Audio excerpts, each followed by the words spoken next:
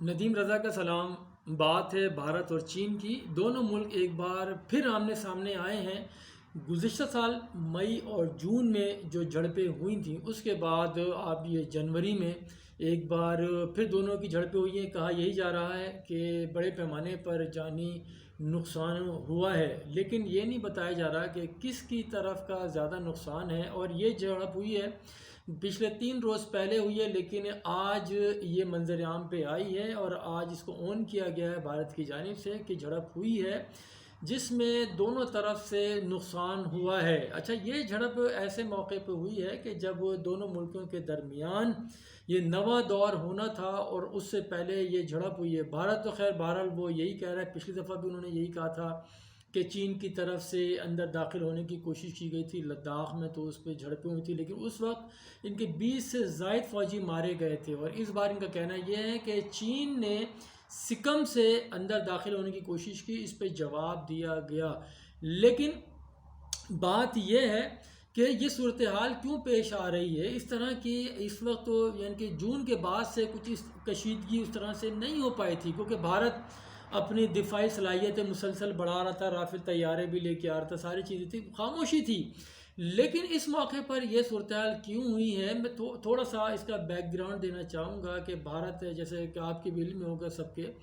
کہ Bharat vaccine diplomacy جو جس طرح سے چلا رہا ہے، یعنی کہ کرونا سے بچاؤ کی جو ویکسین ہے، بھارت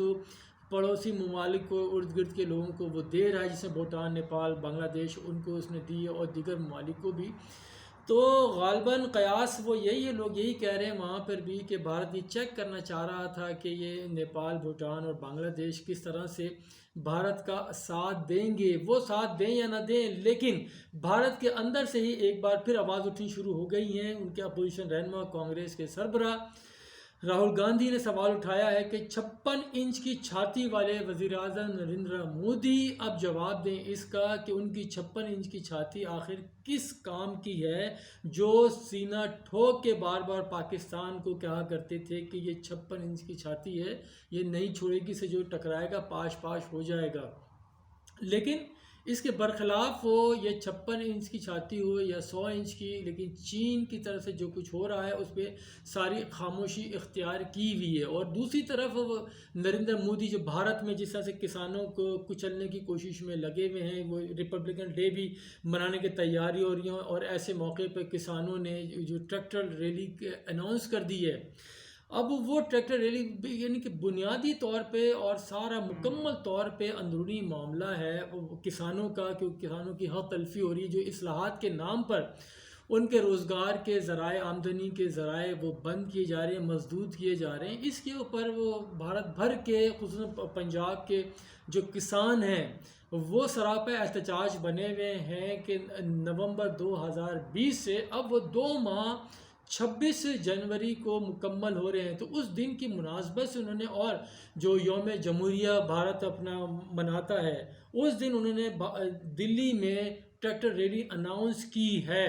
تو اس کو کچلنے کے لیے اس طرح کے ہتھ کنڈے استعمال کیے جا رہے ہیں۔ آج اس خبر کو نکالا گیا ہے، گو کہ یہ 2-3 دن پہلے یہ جھڑپ ہوئی تھی، اس کو دبا کے رکھا گیا، آج نکالا گیا۔ اور اب اسی کے ساتھ میں یہ جوڑنا چاہوں گا، جس طرح سے بھارت کا میڈیا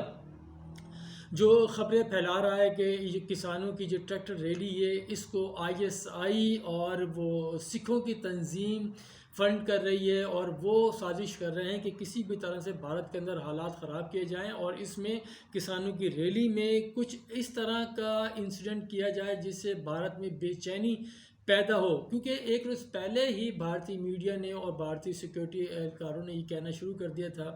کہ پاکستان میں 300 سے زائد ٹویٹر اکاؤنٹس بنائے گئے ہیں، جس کے اوپر وہ پرووک کیا جا رہا ہے کسانوں کو، اور خصوصی طور پہ ٹرینڈ چلائے جا رہے ہیں۔ تو پاکستان کہاں، وہاں پہ جس میں لاکھوں کسان جو سڑکوں پہ نکلے ہوئے ہیں، جس میں 5 سے 6 کسان خودکشی بھی کر چکے ہیں، تو وہ پاکستان کا کوئی عمل دخل نہیں ہے۔ اب اس میں یہی کہا جا رہا ہے کہ خالصتان کی تحریک جو چلا رہے ہیں وہ بھی یہاں پہ پروپیگنڈا کر رہے ہیں۔ تو یہ صرف یعنی پروپیگنڈا مشینری کو چلایا جا رہا ہے، میڈیا کو بھی اس میں استعمال کیا جا رہا ہے کسی بھی طرح سے کہ لوگوں کے ذہنوں کو تقسیم کیا جائے، جو اصل حقائق ہیں، جو اصل مسائل ہیں، ان سے توجہ ہٹائی جائے۔ کیونکہ آج بھی دیکھیں، آکسفام ایک انٹرنیشنل ادارہ ہے، اس نے بھی رپورٹ جاری کی ہے کہ بھارت کے اندر جو امیر ترین افراد تھے ان کی آمدنی میں 35% اضافہ ہو گیا ہے، اور اس کے ساتھ ہی جو غریب عوام ہے وہ جو ایک سروے رپورٹ انہوں نے دی ہے کہ روزانہ کی بنیاد پر گزشتہ سال تقریباً 17 لاکھ افراد بے روزگار ہوتے رہے، اور لوگ روزگار کو ترستے رہے، کھانے پینے کی چیزیں 85% تک وہاں پہ مہنگی ہوئی، ان کی پہنچ سے دور ہو گئی۔ تو ایسی صورتحال میں آپ ان کے عوام کو ساتھ ملانے کے بجائے مودی ان کو لڑانے کی کوشش میں لگے ہوئے ہیں، اور پاکستان کے بھی خلاف اسی لیے پروپیگنڈا کی جائے۔ لیکن اگر میں سکم کے اوپر دوبارہ آتا ہوں، جو سکم کے اوپر جس طرح سے وہاں پہ جھڑپ ہوئی ہے، وہ سکم اتنی انتہائی اہمیت کا حامل علاقہ ہے، کیونکہ پہلے لداخ پہ ہوئی تھی، لیکن اب سکم وہی ہے ایریا کہ جہاں پہ یہ چکن نیک بھی یہیں پہ آتی ہے، جہاں پہ 7 سسٹرز ریاستیں ہیں جو جن کو یلو اسٹیٹ بھی کہا جاتا ہے۔ ان کا خد و خال سارا جو چینیوں سے مشابہت ہے، اور اسی لیے چین بھی ان پہ اپنا وہ کہتا ہے کہ انہی کی ریاستیں جس پہ بھارت نے قبضہ کر لیا ہے۔ تو یہ وہی علاقہ چکن نیک، یہ 22 کلومیٹر کی ایک یہ باریک سی لائن ہے، جو بھارت اگر یہ لائن کٹ جائے تو بھارت پھر کچھ بھی نہیں کر سکتا۔ 7 اسٹیٹ سے ان کا راستہ بھی بالکل ختم ہو جاتا ہے، جو ان کی جو آمد و رفت کا سلسلہ ہے، جو کمک پہنچائی جاتی ہے، وہ سب رک جاتی ہے۔ تو یہ ہی سکم کا ایریا ہے جہاں پہ یہ جھڑپ ہوئی ہے، لیکن ابھی اس کی خاص یعنی کہ معلومات اس طرح سے نہیں آ سکی ہیں،